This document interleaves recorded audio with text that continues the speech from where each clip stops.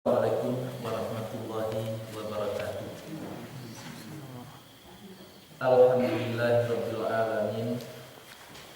Wassalatu wassalamu ala asyrafil anbiya'i wal mursalin wa ala alihi washabbihi ajma'in. Pertama sekali syukur puji kita serahkan kepada Allah Subhanahu wa taala. Kita tidak boleh lupa untuk menyerahkan puji hanya kepada Allah dan berselawat kepada Nabi kita Muhammad sallallahu alaihi wasallam. Kita masih berada pada ayat yang ke-61 sampai 63 dari surah An-Nisa, yang pada prinsipnya ayat itu adalah memanggil manusia kepada Al-Quran dan Sunnah. Jadi wa iza qila lahum ta'alau ila ma anzalallahu wa ila rasul. Tapi manusia dipanggil kepada Allah dan Rasul itu terbagi kepada berbagai macam bentuk. Sambutan daripada manusia itu berbagai macam bentuk. Ada manusia itu yang mau datang kepada Allah dan Rasul. Artinya dia menjalankan kehidupannya sesuai dengan pedoman-pedoman dan aturan yang diaturkan oleh Allah dan Rasul. Ada manusia itu yang tidak mau tahu, tidak punya respon sedikit pun. Ada manusia itu yang menantang. Nah, yang menantang itulah yang dikatakan orang-orang munafik. Jadi orang munafik itu tidak hanya pada orang-orang kafir, tidak. Pada orang beriman pun banyak terdapat orang-orang munafik. Jadi maka untuk itu berarti Allah Subhanahu wa taala sudah memberikan ukuran sampai di mana kemauan kita terhadap apa yang diturunkan oleh Allah dan Rasul. Itulah sebetulnya neraca yang pasti, yang bisa memastikan tentang manusia itu baik atau tidaknya. Jadi lebih tegas lagi, semakin kurang perhatian kepada Al-Quran dan Sunnah, itu berarti semakin mengurangnya nilai-nilai keimanan. Semakin kurangnya nilai keimanan itu, semakin kuranglah nilainya di sisi Allah Subhanahu wa taala. Dan sebaliknya juga demikian, semakin berminat manusia kepada Al-Quran, semakin tinggi imannya. Jadi iman itulah yang mengutak-atik kita sebetulnya. Iman itulah yang mendorong dan iman itu pula yang menyurutkan. Kalau iman surutnya akan surut saja. Nah, oleh sebab itulah iman itu diibaratkan oleh Nabi seperti tumbuh-tumbuhan. Bisa menguning, bisa layu, dan bisa mati. Buktinya Quranul Karim. Semakin tak rajin manusia dengan Al-Quranul Karim, itu berarti semakin menguning itu imannya, semakin mati imannya. Itu makanya iman itu merupakan pokok dasar di dalam beragama. Dan iman itu diatur. Iman artinya percaya. Nah, kita sudah pelajari malam tadi lah bahasa kita, lah bahasa Indonesia itu iman itu. Ada orang yang tak tahu artinya, yaitu percaya. Nah, aturannya yang dipercaya itu apa? Nah, setengah ulama mengatakan bahwa yang harus pokok untuk dipercaya itu adalah Allah dan kemudian hari yang akhir. Itu sebab banyak dalam ayat kita temui itu beriman dengan Allah dan dengan hari yang akhir. Nah, dan kemudian ulama ada yang menetapkan bahwa 6 rukunnya iman itu. Jadi apakah ada perselisihan itu antara yang menetapkan 6 rukun iman dengan yang hanya mengatakan iman itu pokoknya adalah 2? Tidak. Mengapa? Kalau memang mereka itu percaya kepada Allah, mana mungkinnya kan tahu dengan Allah kalau tidak karena nabinya. Maka oleh sebab itu tak bisa tidak dipercayai lagi. Dan kemudian Nabi itu adalah menjelaskan tentang Allah itu melalui kitab, melalui wahyu. Jadi maka untuk itu tidak dapat tidak percaya kepada wahyu. Dan wahyu itu diterima oleh Muhammad itu daripada malaikat. Untuk itu tidak bisa tidak harus percaya kepada malaikat. Nah, begitu rentetannya. Jadi kalaulah percaya kepada kitab, apa yang disebutkan kitab itu wajiblah dipercayai. Jadi iman itu mengembang. Ya. Kembangnya iman itu bercabang. Jadi mulu-mulunya percaya kepada Allah. Mana mungkin percaya kepada Allah kalau tidak percaya kepada Rasul. Mana mungkin percaya kepada Rasul kalau tidak percaya kepada kitab. Nah, percaya kepada kitab kalau yang membuat iman kita tadi menjadi kembang, menjadi naik, menjadi subur. Nah, dengan percaya kepada kitab kita percaya lagi kepada misalnya hari akhir tadi. Percaya lagi kepada apa yang disebutkan oleh Allah di dalam kitab itu.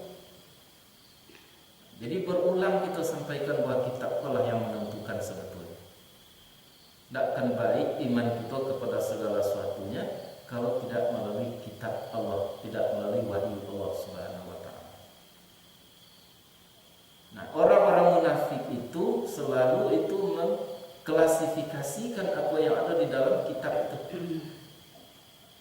Kalau andai kata menguntungkan kepada keinginannya, mereka itu bergembira, itu senang, itu terima, amalkan. Tapi kalau akan tidak sesuai dengan keinginan nafsunya, mereka itu membantah. Nah, yang paling menonjol pada orang-orang munafik itu adalah riya. Itu yang paling menonjol sifat orang-orang munafik. Riya itu ingin manusia, ingin mendapatkan pujian manusia.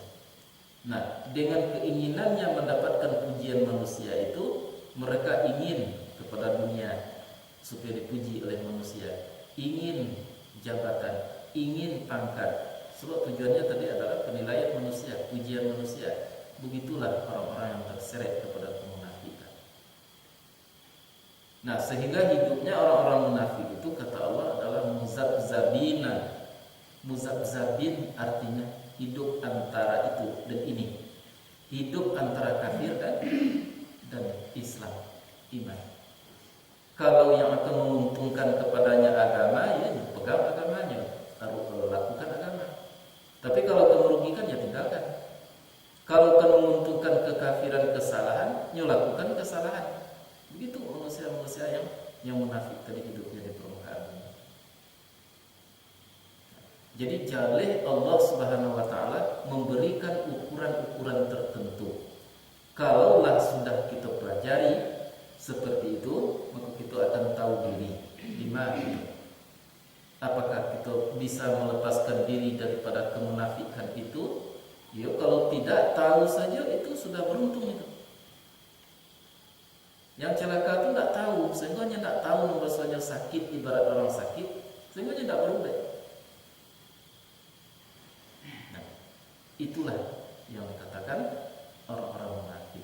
Nah, kemudian di dalam lakunya orang-orang munafik itu, yasudduna anka sududan. Mereka menghalang-halang. Tadi kita pelajari sadu tadi itu terhalang-halang nafas tuh sadu namanya tuh. Ya. Jadi mereka tadi menghalang-halang. Ya, mempengaruhi baik secara langsung atau tidak. Jadi orang munafik itu jangankan lain menghalang-halang secara tidak langsung mereka tadi tidak malu-malu seperti membuat masjid dirar. Masjidnya buat untuk menghalangi orang Islam untuk beragama dengan secara benar. Itu diabadikan dalam Quran tuh masjid dirar. Jadi masjid hanya buat tetapi mengganggu lancarnya Islam, mengganggu majunya Islam dan menghalang-halangi dakwah Islam. Masjid dirar namanya. Nah, dihancurkan Masjidil Haram oleh Allah oleh Nabi. Karena ada di situ tuh pemuka-pemuka musyrik munafik tadi, ya, sehingga bangun masjid tetapi dan tujuannya adalah menghancurkan Islam. Orang munafik kan itu sebagian daripada sifatnya, ya, di mukanya rancak tetapi di belakangnya mulut mani, hati beracun, kan itu istilah. Memang seperti itu dari dulu. Jadi tempat ibadah yang dilakukan, yang dibangun, tetapi tujuannya adalah untuk merusak Islam, untuk mengganggu Islam. Begitu kan halusnya, pandainya orang-orang munafik. Nah, pada akhirnya nanti orang-orang munafik itu akan mencari celah supaya dapat masuk berpengaruh di dalam Islam itu. Menjadi pemukanya di dalam Islam, menjadi yang diutamakannya dalam Islam. Akhir-akhir tercapai tujuan mereka. Apa tadi tujuan mereka? Yaitunya dipuja-puja, dipuji-puji, dihormati, disanjung-sanjung. Tercapai tujuannya dengan agama itu sendiri. Mengapa kita berani mengatakan bahwa kemunafikan itu bukan pada orang kafir saja? Coba cari itu seperti Abu Talib itu orang kafir tuh. Tapi dia yang membantu perjuangan Nabi Muhammad SAW. Dia tidak munafik tapi kafir. Jadi kalau terang-terang mereka tadi tidak mau percaya kepada Islam, kepada Muhammad, itu namanya orang kafir. Kalau benar-benar konsekuen mereka tadi terhadap Muhammad, itu namanya orang mukmin. Tapi kalau antara iyo jendaknya, itu namanya adalah orang munafik. Itu namanya. Nah, dan kemunafikan itu bisa diuji itu dengan dunia. Maksudnya dengan dunia diuji, mereka itu tidak akan mampu untuk mengorbankan dunianya demi akhirat. Tapi mereka akan selalu mengorbankan akhiratnya untuk dunia. Saya dipahami. Nah, biarlah tidak jadi baiklah segala sesuatunya yang menyangkut dengan keakhiratan, pahala. Yang penting dunia dapat. Nah, orang-orang beriman dia mampu untuk mengorbankan dunianya demi untuk akhirat. Itu beda. Jadi memang Nabi mengatakan kalaulah terjerumus kepada kemunafikan itu tidak tanggung-tanggung oleh keburukannya. Ya, keburukan yang akan terjadi tidak tanggung-tanggung. Sehingga orang-orang munafik itu dikatakan oleh Allah min asfalin minan nar, dan asfal di bawah sekali diamnya di dalam neraka. Karena puncak keburukan itu adalah kemunafikan itu selama hidup di permukaan bumi. Nah, maka orang-orang munafik itu perhitungannya adalah yang nyata-nyata, dunia, alam semata-mata. Itulah yang disebut dengan hubud dunia. Dan Nabi memesankan bahwa hubud dunia itu ra'su kulli, ya, khata'. Hubud dunia, cinta kepada dunia itu adalah merupakan kepala daripada salah. Itu kepalanya hubud dunia tadi. Jadi orang munafik itu. Dan termasuk kalaupun tidak munafik, tapi kalaulah tersandar hati kepada dunia itu, hubud dunia tadi, maka justru itu kepala daripada kesalahan. Setiap kesalahan pasti disebabkan dunia. Mengapa manusia tidak khusyuk dalam sholatnya? Karena diganggu di dunia. Itu makanya dunia itu tak pernah dipuji oleh Allah dan Rasul.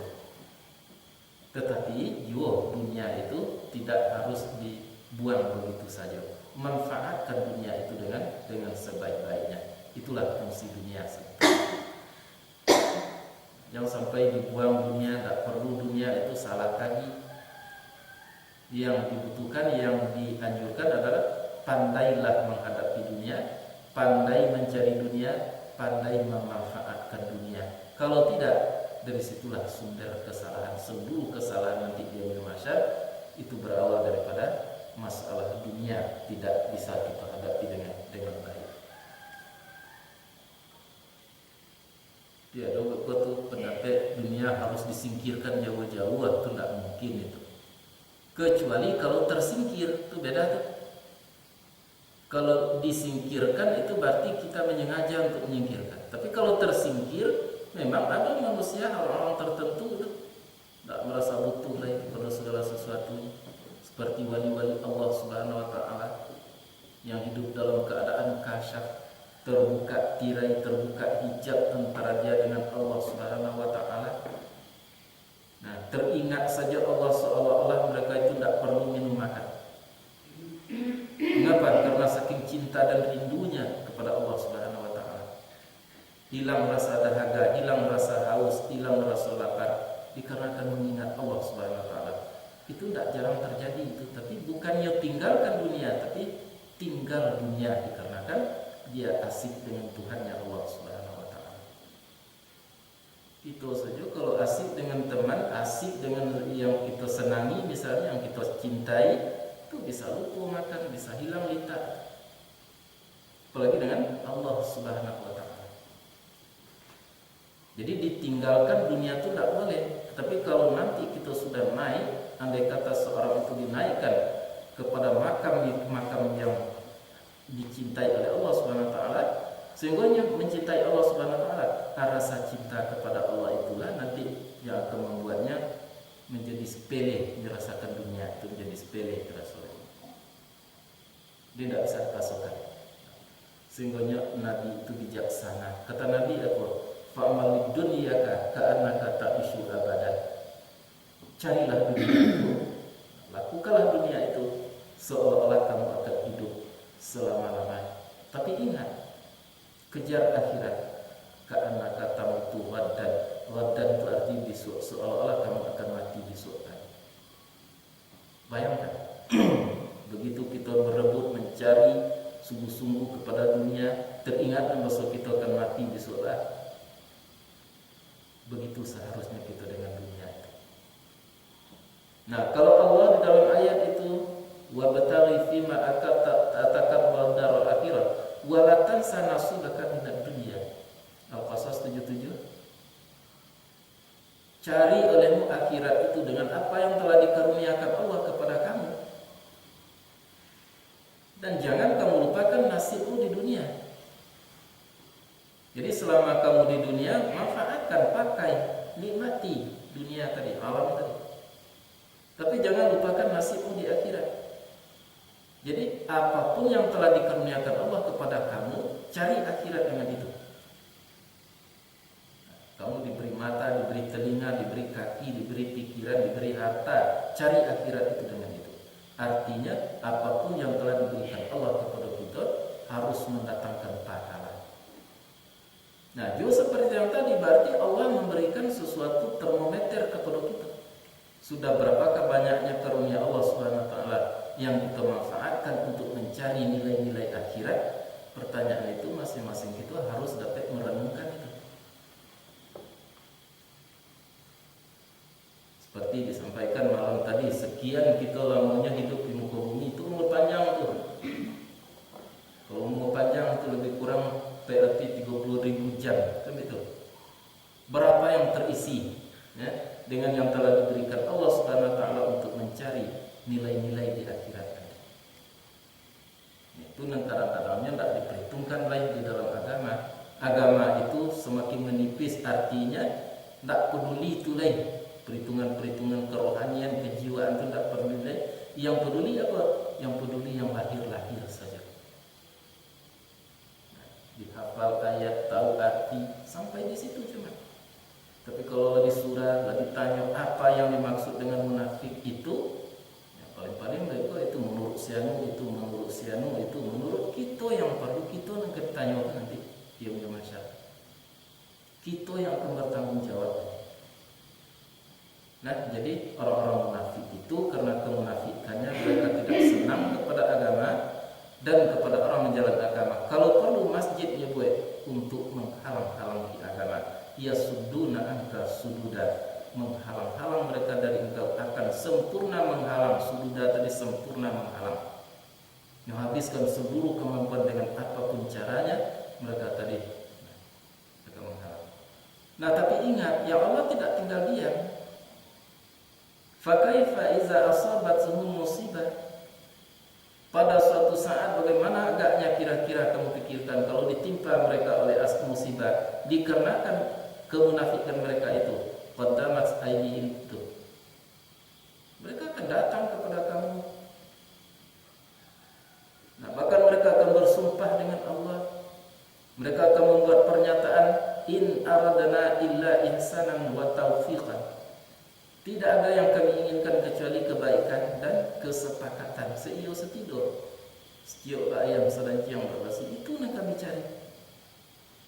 Memang itu yang mereka tawarkan, tapi tidak bisa terjadi karena kemunafikan. Jadi dalam ayat lain itu diterangkan itu banyak manusia itu yang sifatnya kalau nya terjepit nya datang kepada Allah. Nah, kalau nya terdesak di situ nya datang kemari, kalau terdesak di situ nya baik kan. Banyaknya itulah kemunafikan. Kalau tersepiknya mengengkeng, kalau nya lepehnya betul menyala. Begitu sifat sebagian daripada manusia. Ulaikal lazi ya'lamullah ya'lamullah. Jangan lupa bahwa Allah tahu itu apa yang ada di dalam hati itu. Yang penting apa? Fa'arid anhum, berpalinglah engkau daripada mereka. Mengapa disuruh berpaling daripada orang-orang seperti itu Muhammad oleh Allah? Karena dua kemungkinan. Pertama, memindah kemunafikan itu nanti, terbawa-bawa nanti Muhammad di dalam bersikap, terpengaruh nanti Muhammad. Yang keduanya, merasa Muhammad tadi merasa sedih, merasa kecewa, merasa segala macamnya sakit hati dikarenakan tindakan orang-orang munafik. Nah, itu berpaling engkau, fa'arid, itu berpaling di situ itu artinya jauh, agung dari mereka. Tapi jangan lupa wa'izhum, berikan jualah pengajaran, sampaikan jualah kebenaran, mau mereka baik, tidak mau mereka itu adalah kerugian mereka sendiri. Sampaikanlah dengan perkataan dan ucap-ucapan yang baliran tadi jelas terang sampai tidak ada mengandung keraguan-keraguan. Nah, jadi ayat Allah Subhanahu wa taala harus kita jadikan sebagai ukuran untuk pribadi kita, bukan untuk mengukur orang lain. Ya. Jadi dapat kaji, ukurkan diri kita. Kalau kita sudah mampu mengukur diri kita, lah terbuka kita cuki diri kita sendiri, nah baru kita diperbolehkan melihat orang lain. Tapi kok banyak terjadi tidak seperti itu dah. Dapat ilmu, dapat pengajian yang mengukur orang lain. Nantinya tak mengukur lain, nyawa mendapat jadinya. Itu kesalahan besar itu. Jadi yang perlu direnung-renungkan itu terlebih dulu adalah diri kita sendiri. Jadi kecil Nabi, idda binafsik summa lighairi, mulai daripada dirimu kemudian baru kepada orang lain. Nah, itu barangkali